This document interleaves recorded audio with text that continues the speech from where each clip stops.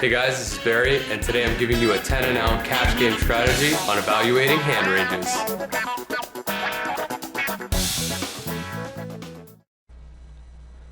So to start this hand, we're at a table with a lot of very tight players. So we want to be playing a little bit looser than the rest of them to exploit their tight strategy. So something to bear in mind at the beginning of this hand. So we have ace queen in the cutoff, and it's raised from UTG +1. So we can 3-bet in position pretty profitably here, and hope to go heads up with just one player. Now he calls, so a tight player who's flat calling behind a 3-bet, we can assume his range is going to include hands like 10s, jacks. I would expect him to 4-bet queens, kings, aces, and ace king. So I'll also say ace jack, ace queen, and maybe ace king, but I don't think he would just call behind with queens, kings, and aces. So that's the range we're putting him on when he makes this call. So the flop comes 5-5-3, really dry board. He checks it to us, and we decide to check back. Now, why would we check back here? Because I would expect him to be a relatively thinking player, since he's playing, really tight, 14-13, he's aggressive. He knows a few things. He's probably at least at like level 1 meta game. So if I just c-bet here, he's going to assume that hands like ace king and ace queen are good and force me to have to barrel again on the turn. And even if I barrel again on the turn on a brick, I might not get him off a hand like ace king, ace queen, or pocket tens. But if I check back, I can actually look pretty strong if I start putting a lot of pressure towards the end of the hand. And the reason is that if I had a hand like aces or kings and wanted to get paid, I might check back to look weak. So we decide to check back to actually look stronger than we are. And it's not necessarily because we think we have the best hand here. I in fact think that most hands that he's going to have ace queen beat. So the brick comes off, and he fires out a bet. So the hands I think he's going to bet here are his 10s, jacks, his ace queen, his ace king too. I almost expect him to bet his whole range here. And if I put in a raise, the hands that I represent are the ones I talked about on the flop, like kings and aces and queens.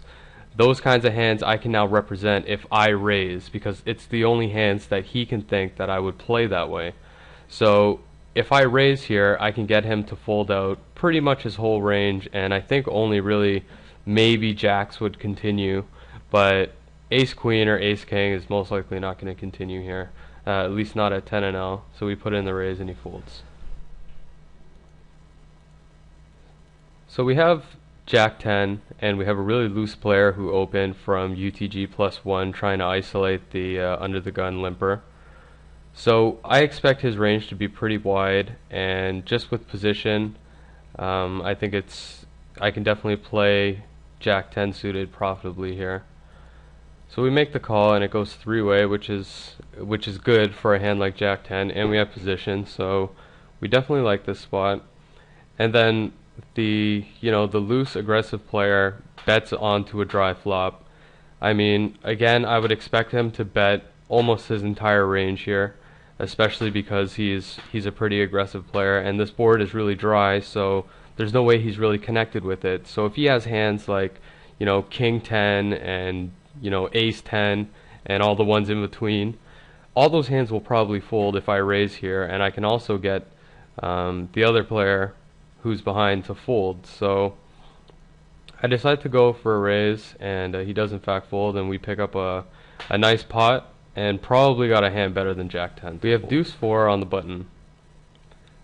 The player UTG +1 raises to 4 times the big blind, which is a little bit above standard raise from what you usually see, and he's pretty tight, so I would expect his hand to be pretty strong here and a lot better than deuce 4. But we call him because we have position, and we can get him to make a big mistake like fold his hand. If we get him to fold his hand at any point post flop, we're definitely going to show a lot of profit. If we're not getting too invested, we're doing it playing small ball strategy. So I think that I can probably call knowing that he's going to play relatively predictably because he's a tight player. So I'll be able to accurately grasp his range and know if I can continue or I shouldn't.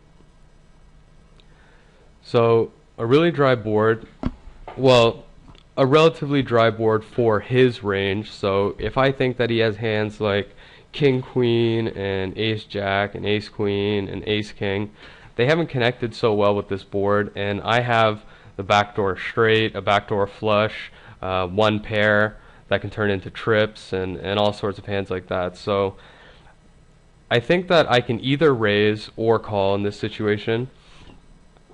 I'll mix it up, at any kind of frequency, almost maybe 50-50 or so that I'll be raising and that I'll just be calling, but I'll definitely never fold. I'll always see at least one more street because again, if it's not likely that he's connected with this board, so I should be able to get him to fold a huge portion of his range if I flat call and then show strength on later streets. So in this instance we called and the ace of hearts comes off. So now we have that backdoor straight and a backdoor flush and a pair. So our hand actually probably has a lot of equity. Even if we're up against like a turned ace, we have a lot of equity. But all his hands that don't have an ace are probably going to now fold if I put any pressure on that card. And I have so many outs even if I do get called. So the ace is a really good card for us, and we definitely want to be betting it.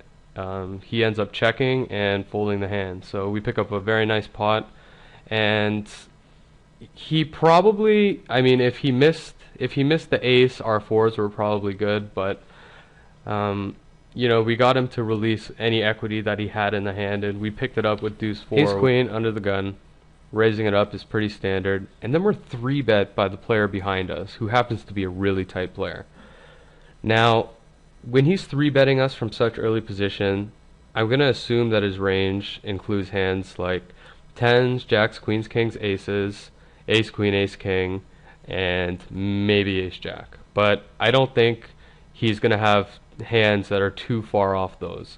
So right away, that's the hand range I'm putting him on, and I think that's going to be pretty accurate for a player that plays this tight. And because we can outflop about 40% of that range, and I believe that I could probably outplay him post flop, I think I can give it a call here and see what transpires on the flop.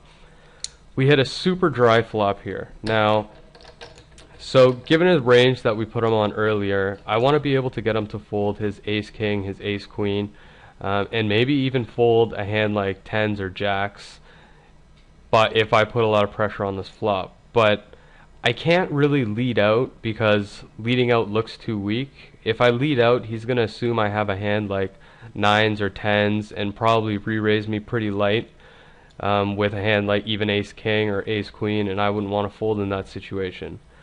But if I check, I would expect him to c-bet his entire range that we talked about pre-flop. And when he bets there and we go for a check raise, so after we flat call an early position 3-bet pre-flop and then check raise on the flop on a dry board, he should, I mean, that represents so much strength that he should be able to fold hands like tens and jacks and ace queen and ace king. So we can get that entire range to fold that has us beat or we're tied with by going for a check raise. So I don't really like leading out here. I don't think it accomplishes much. He does c-bet as expected, so we go for our check raise. Now, the check raise isn't so big that I can't fold if he rejams all in. So if he has queens, kings, and aces and he goes all in, I can still fold. And yes, I've lost about 40 big blinds or 50 big blinds, but for this risk, I can get him to fold so many hands that has me beat that it's going to show long-term profit. So he does tank for a bit on this hand, and then he eventually does fold it. So I assume that the hands he folded there again are going to be ace king, ace queen, maybe ace jack if he had it, and tens, and even maybe jacks. Maybe not jacks, but some players, some really tight players can fold jacks there, just because I'm representing hands like kings and pocket nines, and I myself could be representing a hand like pocket jacks, and if he has ace king, he's probably going to want to fold. So For all those reasons, I went for a check raise and it worked.